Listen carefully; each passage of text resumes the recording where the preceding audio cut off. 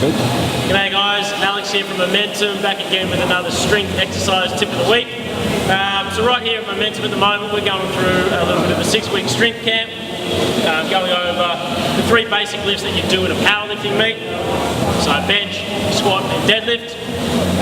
We've got a little bit of a mixture of some advanced lifters and some novices, so what I wanted to go through today is we're just going to break down some of the ways we go about teaching each of the movements, particularly for those that haven't done it before or are kind of struggling getting the feel of the movement right. So we'll start today with deadlift.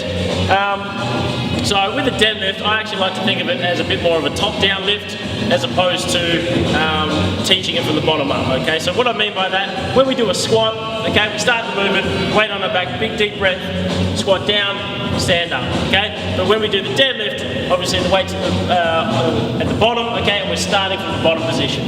But I still like to think of it as starting from the top. And so what I mean by that is, when we address the bar, okay, rather than getting down here, trying to find our position, big deep breath and getting tight, okay, let's address the bar up tall and think about the first rep starting up here, okay, so big deep breath, rib cage down, hips back, knees out, grip the bar, push the world away, okay?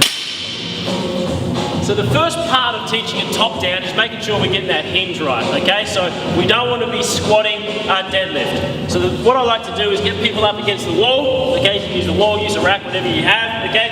And all we want to be focusing on is the hinge pattern, okay? Hips back, okay? Keeping a relatively vertical tibia. So what I'll do, stand close to the wall, about a foot away from the wall, hips back until you touch the wall, hips come forward. Take a little baby step forward, hips go back, hips come forward, okay? We just keep working our way away from the wall. We should always feel like you're building that sensation of building up hamstring tension. Now, the last little bit to this is we're not only trying to touch our butt back onto the wall, but think about trying to push your hips or trying to touch as high on the wall as possible.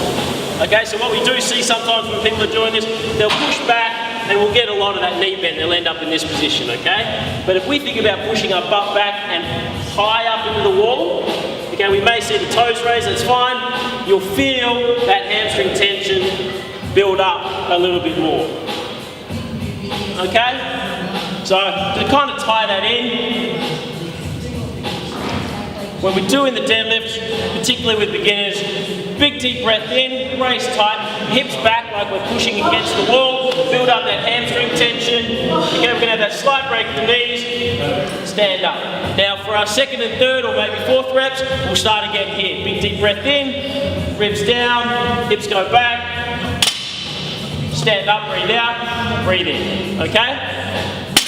So, next time you do your deadlifting, hopefully it's here at Momentum, just try that. Try approaching the deadlift from a top-down approach as opposed to a bottom-up, and really in your warm-up sets or even pre-deadlift, okay, really working on your hinge pattern, pushing hips back, pushing hips high, okay? That's all we've got time for. We're going to go over the bench press next week. Cheers.